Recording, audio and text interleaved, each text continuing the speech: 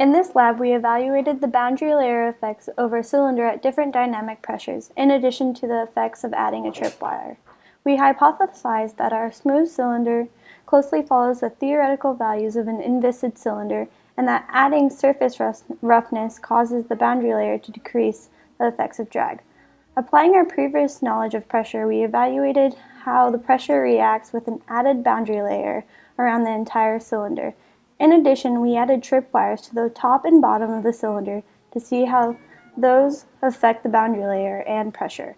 Overall, our data showed that we followed our trends with some variance in our data. However, the biggest issue we encountered with Aero was the force of lift with respect to the Reynolds number. This showed an opposite trend than expected.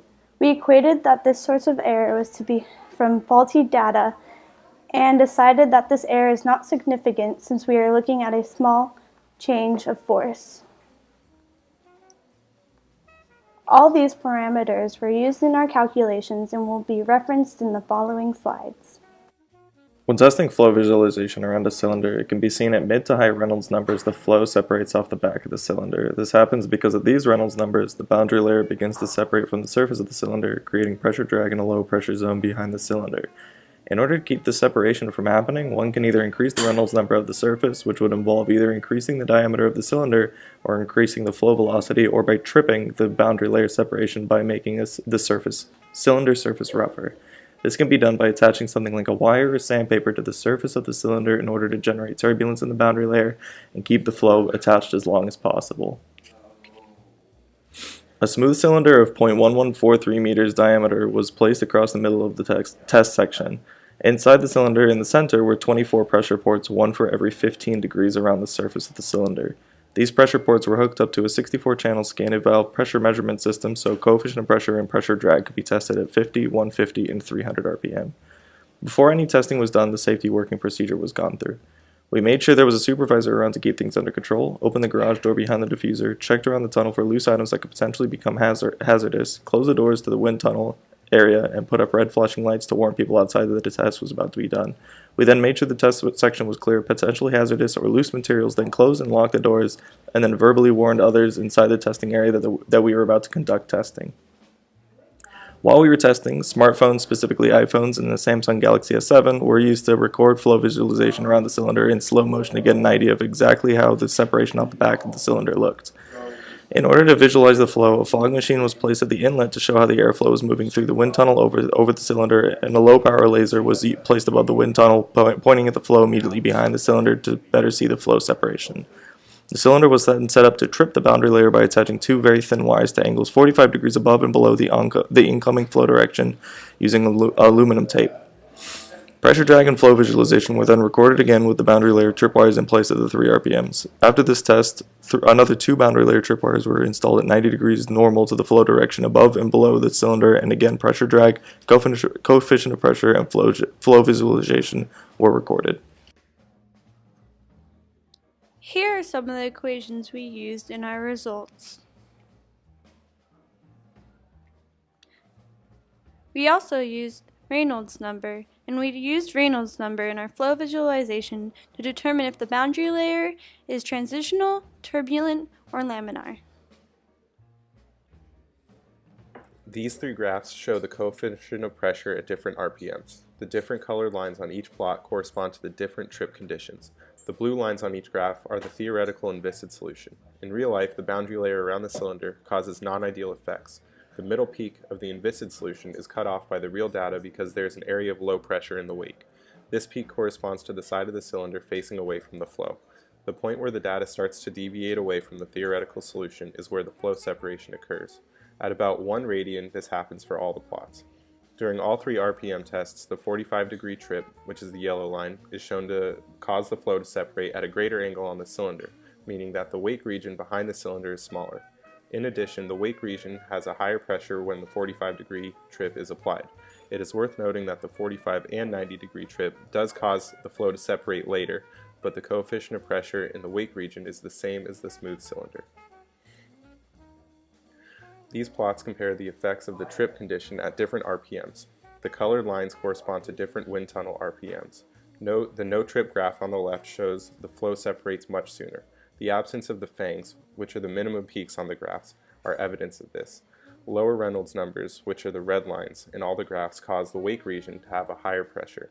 The flow is able to fill in the wake region more when velocity is less. The largest fangs occur on the 45-degree trip graph in the middle.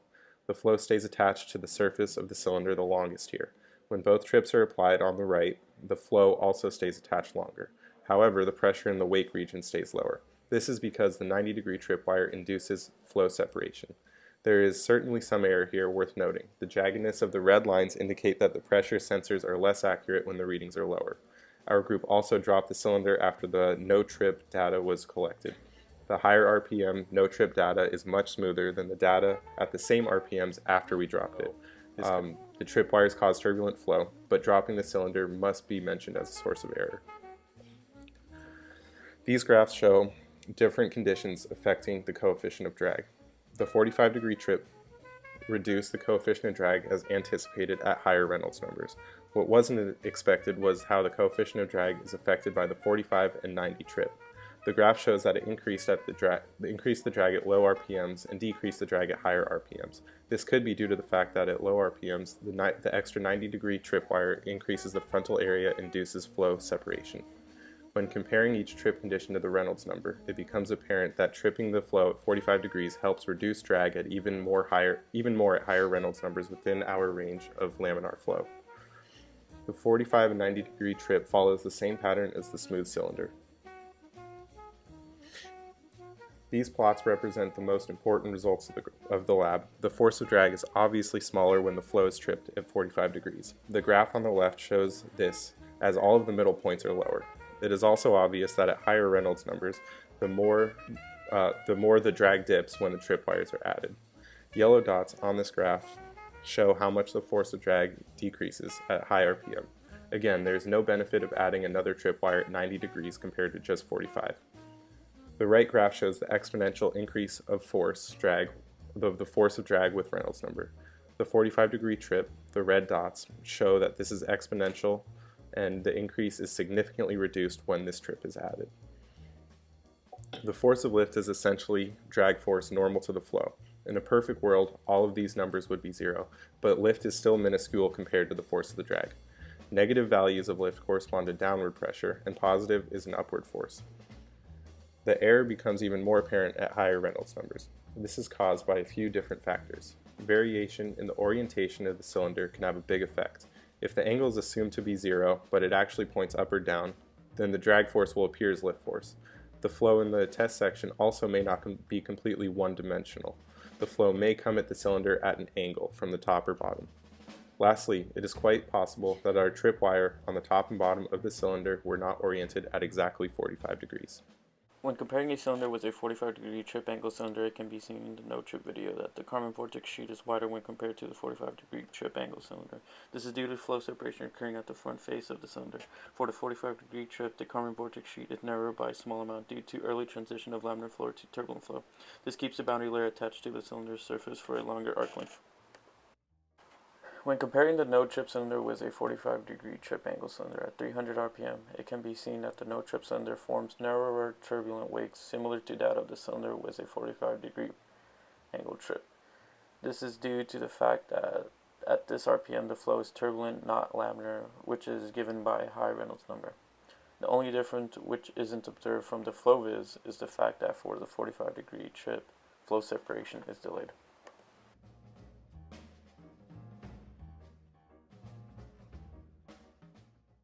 When comparing the no-trip cylinder with a 45 and 90-degree trip angle cylinder, it can be seen that the no-trip cylinder's wakes are much narrower to that of the 45 and 90-degree trip angle.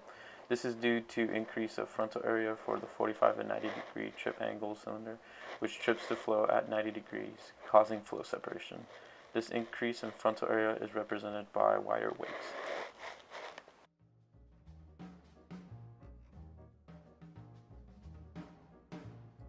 The main goal of this experiment was to test the hypothesis that increasing surface roughness would cause the boundary layer to stay attached to the cylinder longer, decreasing the effects of pressure drag and keeping the flow more attached off the back of the cylinder.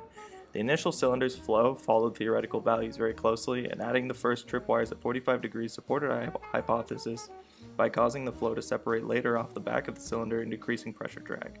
However, when the 90-degree tripwires were added, the frontal area of the cylinder was increased, inducing flow separation and increasing pressure drag.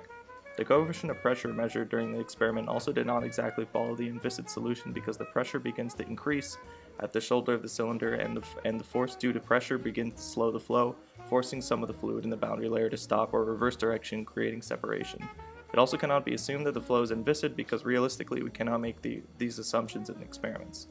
Overall, it was seen that increasing surface roughness does indeed cause the boundary layer to stay attached to the cylinder longer, but one must be careful about placement of roughness so that the nature of the cylinder to the oncoming flow is not changed.